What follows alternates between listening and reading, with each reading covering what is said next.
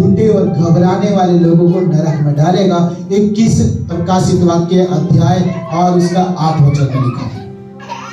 Hallelujah. इसलिए क्या करना है, प्रभु वचन क्या कह रहा है यहाँ पर, कह रहा है कि उसके माता पिता आए लेकिन भीड़ के कारण उससे भेंट निकल पाए। अरे भेंट करनी है परमेश्वर से, घुटने टेको, करो प्रार्थना, मिलेगा, वो बात भी करेगा। Hallelujah hallelujah. लेकिन ये नहीं कि आप लोगों के चक्कर में जा रहे हो, लोगों के चक्कर में नहीं, यीशु मसीह के चक्कर। गुंजन, हाँ बस ऐसे एक डंडा और लेख लो साथ में। हालेलुया। सुनो ध्यान से, किसके चक्कर में, हम किसके चक्कर में आए, पता है मेरी लड़की चक्कर में फंस रही है किसके, तो उस लड़की को क्या बोलना चाहिए, अरे मम्मी चिंता मत कर, जिसके चक्कर में फंसी उसका नाम यीशु मसीह। आमीन हालेलुया। बस मम्मी का जीवन भी उद्धार पाऊंगा और बेटी का भी पाऊंगा। हालेलुया। तो मेरे प्रियो, अगर लड़का अरे मेरा बच्चा जवान हो रहा है, पता नहीं किसके चक्करों में उलझा रहता है, पता है लेट घर आता है, जाता सुबह है और 2-3 बजे जाके घर में घुसता है। एक दिन लड़के से पूछ ही लो, अरे बेटा के बात गलत चक्कर में तो ना, अरे माँ मेरे बैग में बाइबल रखी है, चच्चा आराम से था। हमें ऐसा होना है, चक्कर में उलझो तो यीशु मसीह के, क्योंकि उसका चक्कर सीधा स्वर्ग लेके जाएगा। हमें हालेलुया। लेकिन अगर लोगों के चक्कर में रहोगे, मनुष्य के चक्कर में रहोगे, हर लड़की बाजी है लड़के बाजे के चक्कर में रहोगे, तो बाजा यहीं बजेगा, बस वहां पर स्वर्ग में नहीं जाएगा। हालेलुया। इसलिए क्या करना है, लोगों को मत देखो क्या हो रहा है क्या नहीं हो रहा है, यीशु मसीह को देखो, बस उसके नाम में जियो, उसके नाम में करो, आपको वही सब कुछ देगा। आमीन। सुनो प्रभु का वचन क्या कहता है, आगे कहता है नंबर 2, ठीक है, भेंट किससे करनी है, भीड़ से, यीशु मसीह से करनी है। और आगे कहता है उससे कहा गया तेरी माता तेरे भाई बाहर खड़े हुए तुझे मिलना चाहते हैं। अरे भाई बाहर क्यों खड़ा है, अगर तू माता ही है ना और तू बहन है, तेरे भाई का घर है, खुला है, आजा। आमीन हालेलुया। सही बात है, कितने लोगों को समझ में आ रहा है आज का वचन, कितने लोगों को समझ में आ रहा है, अपने हाथों को उठाए बोले आमीन, मैं रिसीव करता हूँ। आमीन हालेलुया। तो मेरे प्रियो देखो सुनो, परिचय का परिचय देने की जरूरत और पूछने की जरूरत ये बाहर वालों को होती है। सही बात है। जो अपना होता है ना उससे पूछने की, जो अपना होता है ना उससे परिचय देने की जरूरत नहीं, क्योंकि वो जानता है कि मेरा है। आमीन। तो इसलिए बाहर से मतलब नहीं होगा, काम बनेगा अंदर आने से। हालेलुया। इसलिए प्रभु का वचन क्या कह रहा है यहाँ पर कि वो बाहर खड़े हैं, देखो बाहर चौखट पे खड़े हैं, तो बोले मेरी बेटी को बुला देना, तो बैठी आगे की लाइन में बैठी, वो काली चुन्नी पे। सुनना ध्यान से, ऐसे ही होता है आजकल एशिया में, आपके रिश्तेदार आ जाएंगे, मम्मी पापा कोई बाहर आ जाएगा, जो विश्वास नहीं करते वही तो आएंगे, वो बाहर खड़े हो जाएंगे, बाहर खड़े होकर बोले बहन वो आगे बैठी काली चुन्नी में, वो बुला दो उसको, वो बेचारी आराधना में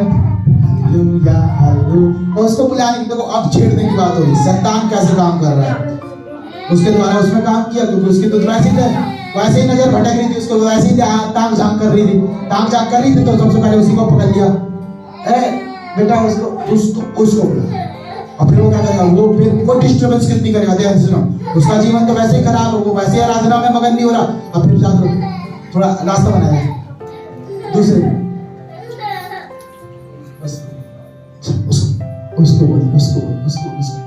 उसको कितने लोगों का जीवन खराब कर दिया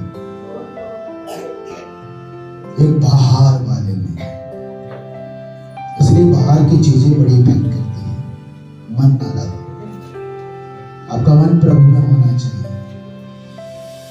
आपके घर से बारात गुजरती है, चाहे आप खाना बना रही हो, खाना छोड़ करके देखने जाते हो दूल्हा कैसे है। कितने औरतें ऐसा काम करती हैं, बच्चे की आवाज आ जाए, सब कुछ काम धंधे छोड़ करके पहले चौखट पे जाएंगे या फिर ऊपर जाएंगे डायरेक्ट, दूल्हा कैसा है, जो घर में बैठा है ना बिस्तर में जो पड़ा है, जो फोन चला रहा है, वो अपना दूल्हा नजर नहीं आ रहा, दूसरे का दूल्हा देखने जाएंगे। बारात आई, बारात आई, बारात आई। अच्छा, अपने को अच्छा बोलोगे तो अच्छा लगेगा। हालेलुया। समझने की बातें होती हैं छोटी छोटी। तुम्हारी शादी का लड्डू फूट भी चुका, बट भी चुका, खा भी चुका, अब दूसरे की शादी के लड्डू के चक्कर में क्यों पड़े? हालेलुया। समझ रहे हैं? मैं अपनी पत्नी को अक्सर बोलता हूँ, क्या तू सबको छोड़ के तेरे मैं बड़ा गाड़ी देखने और दूसरी बात, एक बारात के समय में ऐसा होता है और किसी की लड़ाई वड़ाई होती है ना, तभी एक बार जरूर देखना, पता नहीं क्या घी शक्कर मिलेगा वहां जाके, एक बार। समझ रहे नहीं समझ रहे? कितने लोग इस बात को समझ रहे? आज से बंद कर देना। समझ में आ गया तो बंद कर देना। किसी का झगड़े से तुम्हें क्या लेना देना? हाँ, अगर उस झगड़े में तुम्हारा कोई अपना है, तुम बोलो जाके, तुम वहां पे रखो अपनी टांग और बोलो। अगर अच्छा बंदा तभी बोलना, वही नहीं कि वो पी के वो खुद ही लड़ रहा है, वो तुम्हारा मौसा लगता है, मैं मौसे का को बोल रहा, पी के लड़ रहा है भाई, उसको खुद ही नहीं पता, वो खुद ही पाप करो, क्या पता उसी ने शुरुआत कर दी होगी। हालेलुया। बुद्धिमान बनना बहुत जरूरी है। चाहे अपने का झगड़ा हो, चाहे पराये का झगड़ा हो, पहले समझना है कि क्या हो रहा है, फिर जाना है। पता होता है कि उस झगड़े में तुम्हारा ही काम हो गया।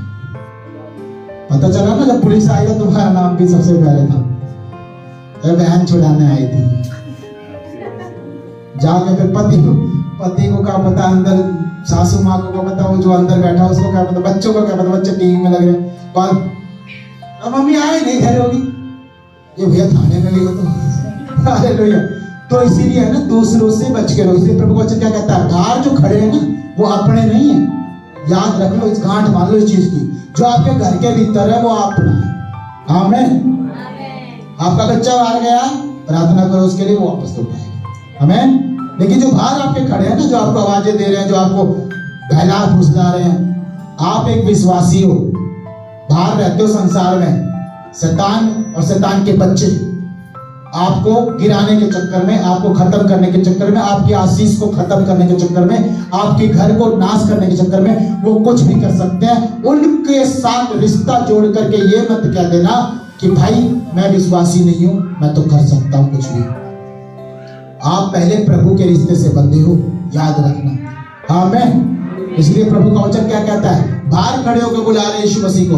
आते तो ऐसा होता है ना, अगर दिखा नहीं थी मैं उसकी माँ हूँ, मैं उसका पापा हूँ, मैं इसकी मम्मी हूँ, मैं उसका भाई हूँ, आके बैठते मेरा बेटा क्या कर रहा है, और सत्संग चल रहा, ओ प्रभु धन्यवाद, मेरा बेटा कितना अच्छा, ओ मेरा बेटा कैसे आ रही थी बुद्धि इसको।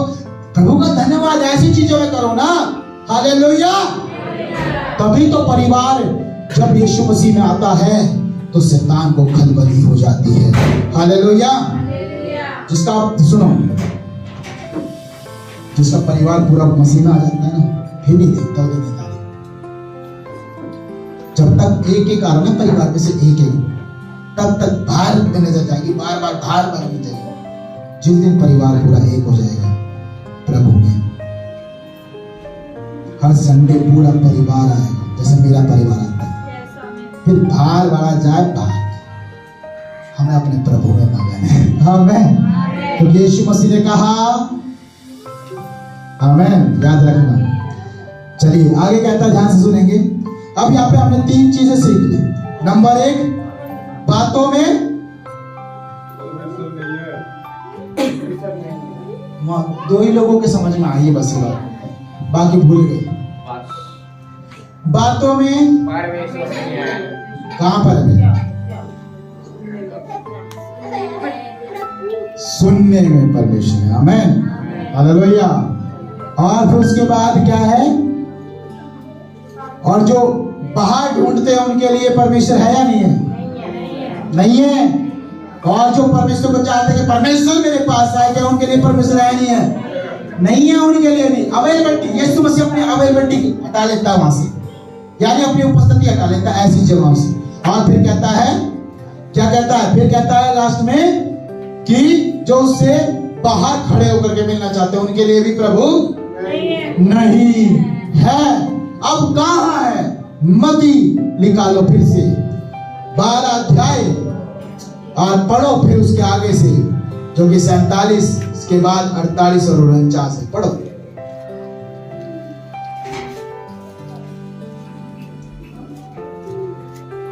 मती 12 का 49 और 50 पढ़ेंगे फटाफट।